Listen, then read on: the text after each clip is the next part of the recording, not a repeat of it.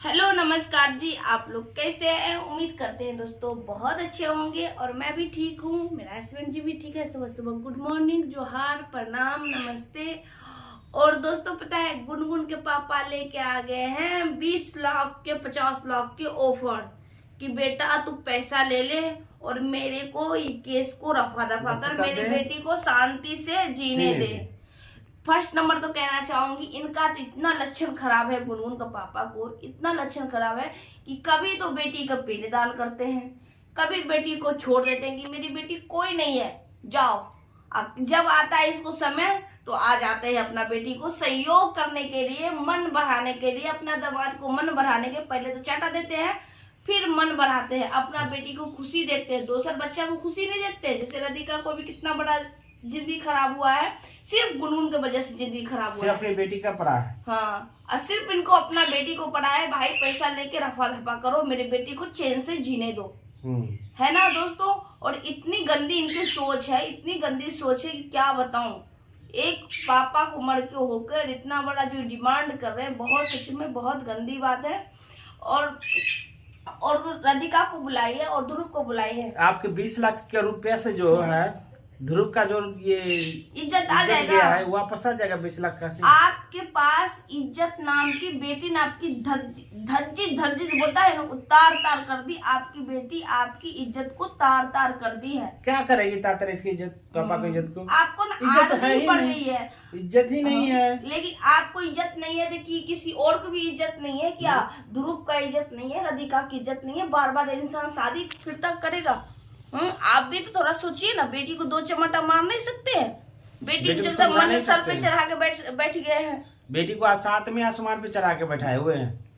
जाओ बेटी, किसी और से शादी किसी और से करना, पूर्ण किसी और से हो जाना। वो तो सोचेंगे ना, मैं कुछ भी गलती करूंगी मेरा बाप तो मैनेज कर ही लेगा, तो फिर मैं कर ही लेती हूँ गलती।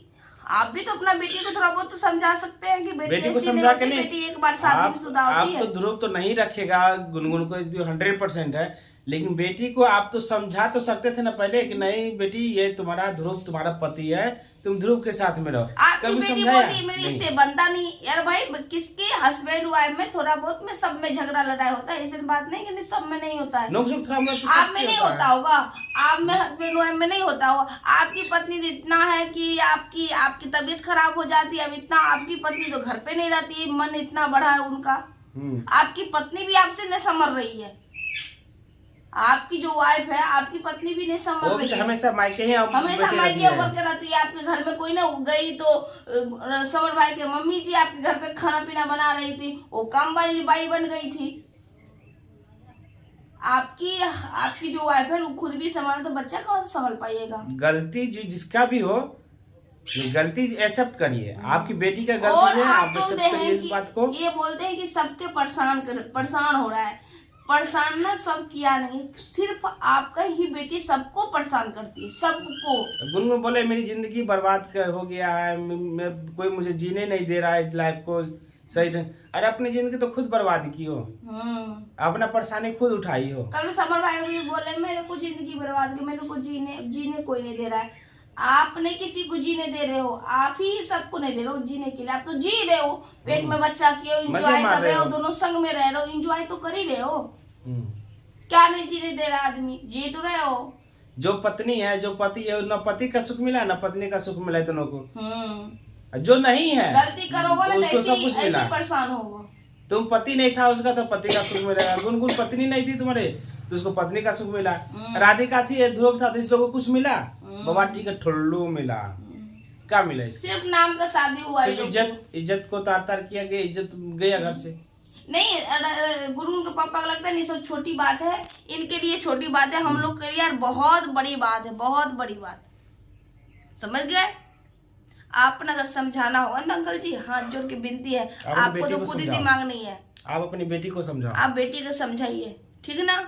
और मैं तो कहना चाहूंगी राधिका और ध्रुव जी, आप अपना केस बिल्कुल वापस न लीजिएगा, इसको भी परेशान करिए। आप लोग भी 8-9 महीना बिल्कुल परेशान हुए। परेशान क्यों करना है? आप परेशान में नहीं गए, एकदम डिवोर्स देना ही नहीं है आपको।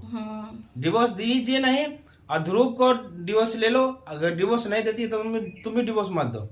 नहीं गुनगुन ध्रुव ये राधिका कोर्ट भी में डिवोर्स लड़ो, नहीं आराम देगी। से कोर्ट में कोर्ट घिसे से लड़ो, नहीं डिवोर्स होगा, नहीं दोनों का शादी होगा, बिना शादी का बच्चा पैदा करो, रहो बिना शादी का ही रहो। कोर्ट में घिसेटो, कोर्ट में घिसेटे तब ये लोग ना तमाशा समझेंगे, कभी इसके पास सोती है, कभी इसके पास सोती है, कभी उसके पास। जब कोर्ट में जब सवाल पूछेगी ना गुनगुन से सरा गला बेटी सवाल को पूछेगी कान ना, पकड़ते तब और पता दो चलेगा। चमेटा में खींच के देते तब गाल के पट्टी में, तब इनको बेटी को अक्ल आता।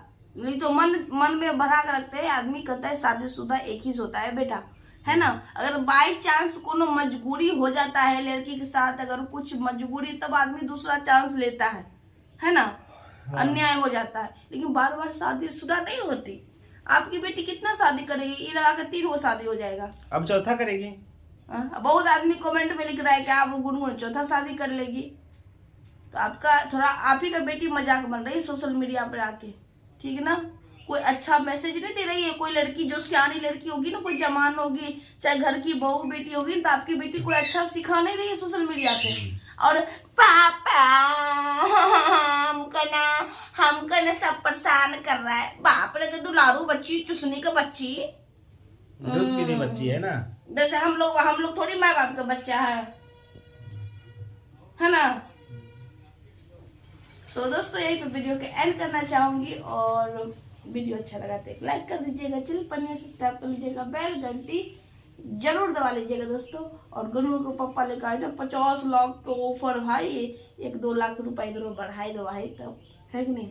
इधर ही बहुत जरूरी है पैसे के भाई। तो हम उतना मकान ले लेंगे, दीपावली अपना के दामादों का समय मकान दिलाई दियो, तो अपना दामादों का मकान दिलाई दियो। हाँ। बेडशीट को चेंज नहीं होता है, आप लोग से कहना है। अब 20 लाख का धमकी देता है। आप लोग का जो है ना, ये सब फाल है, फाल। बाय। तो दोस्तों जाते जाते आप लोगों को बताएंगे दीपावली, आने वाले दीपावली की ढेर सारी शुभकामनाएं, और आप लोग भी दीपावली की साफ सफाई में लग गए होंगे दीपावली की तैयारी में। तो दोस्तों हम भी 2 दिन के बाद से अपने घर के साफ सफाई में लग जाएंगे तैयारी करने के लिए। तब तक दोस्तों बाय।